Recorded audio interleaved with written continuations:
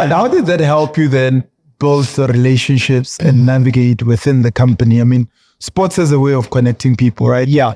And it seems that when you mentioned that you were good at table tennis because these were Chinese people and it's a famous sport in China, that ultimately maybe opened more doors for you to get into the company. But once you were in and you were winning, how did that play out? It had its pros and cons. So some guys were like they were a bit upset. So, like at the event, that they were like, "Oh, who's this random guy who came here and beat all of us? What's happening?" But after that, it actually helped me build a lot of relationships. We're at an international company with a very different type of culture. It was like an unbelievable break for me that it sort of opened a lot of doors that would never have opened if I didn't have that background in the sport. And then even my next job, what we've built, I think one of the biggest things we've built within Justin T, the table tennis center that we have, is we built a community. So we haven't spoken anything about that yet, but continue. Basically, Luke and I came together to create a table tennis center, a company that focuses solely on table tennis and everything about the sport. And I think our biggest part of it is the community we've built.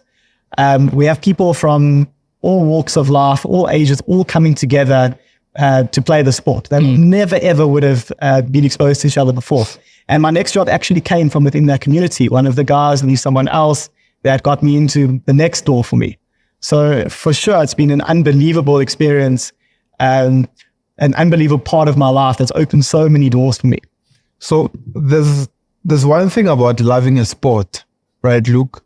And there's another about seeing the opportunity within the sport. Not many people are able to unlock an opportunity and potential. Yeah.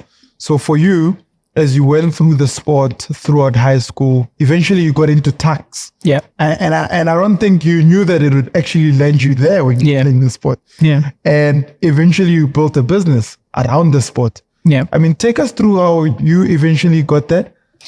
Yeah, that's interesting. So I think a little bit of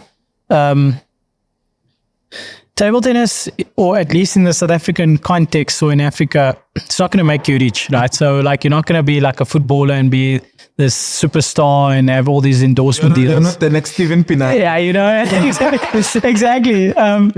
But what it definitely gave, to your point, was the opportunities, right? To build a life. It was like a vehicle to the first, I guess, this point or stop in my destination was to get away from this negative environment of gangsterism, drugs, etc. Right? So play the sport and then grow within the sport, win a couple of medals, and then all of a sudden they go, "Oh, Luke Abrahams, okay, he's got talent. Let's invest in him." So, through. Did you know you were doing that?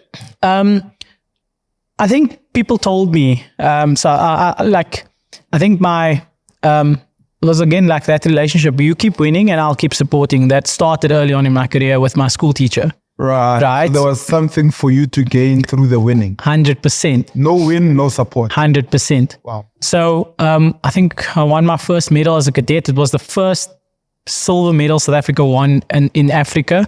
And then that sort of got picked up and got funding to come up to the High Performance Center in Pretoria. So now I get moved out of this Cape Flats environment into the capital of South Africa. You know what I mean? So get into the. Was this your first time in a plane there? No. I traveled before.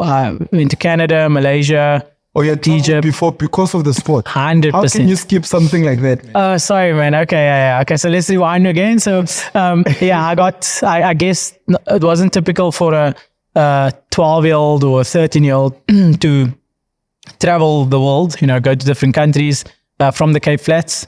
So that, I guess, the sport offered me that opportunity to see the world, engage with different cultures, different communities, and to understand, hey, man, the world is much bigger than this little town that I'm in, right? And that sort of opened my eyes. And I guess I just became hungry for more, right? So hungry to win more, hungry to see what's the next opportunity, which next country I'm going to be able to travel to. How can I challenge myself to win the next medal? And that's how it grew for me. I'm very competitive, so intrinsically, and that what's next kept, that's what fed for me. Yeah, and then fast forward, going to tax. So actually I signed, I had this dream that I was going to be like the first South African table tennis player that's going to be signed professional. And I signed my contract with a club in Spain. And my visa fell through.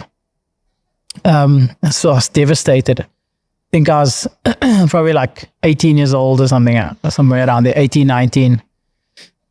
And I thought, shit, can I swear? Sorry. Be yourself. Simon, can you swear? We don't allow swear. And I thought, shit, this is like, that's the end of it for me, for my life, for my table tennis. And I then met my now wife, see my 3 kids and my beautiful wife over there, just walking in. And she was like, I'd like, just, take a step back, think about what you want to do next. And it's like, oh, why don't you like go study? And, by the way, you can live with me for a while till you figure it out. So, I guess if that then came about, strangely enough, I had a connection because of my table tennis. I met a guy, everybody in tax will know him, Doc Hubert. What a legend. I spoke to him and he was like, okay, look, what? Go see so-and-so and we can get you into the university. So if it wasn't for table tennis. Good at the sport. 100%. They knew who you were. 100%. Wow, okay. So if it wasn't for table tennis, they wouldn't have even, offered to have an interview with me to see if I can get into the university because I didn't apply. Right, so this was after the fact. Right. So all those years when you were working on the table tennis from age 12 to age 18 or so, that was you building your resume into the university. 100%. And what did you study? What did you apply for? So I did sports marketing and management. So initially sports science, there's 2 sides of it. There's the science side and then there's the sports marketing and management side. And I've always been an entrepreneur because even when I was younger, I had, if you want to call it a mini Just Eat, if you will. So I used to run an equipment store. I used to run training clinics and stuff like that. So I used to do what we do in a less formal, permanent place. I did it. And so I was very interested in the marketing and management of sports and businesses. And so that's the career I chose. And I guess down the line, it's helped me in my corporate world to understand business, to understand how to run a business, how to manage people, etc. So it's been very, I guess, a blessing, my journey through table tennis and all these, what initially was a failure, not landing my contract, now being able to meet with Simon to build Just TT and take all those lessons that I had and be able to apply it here today.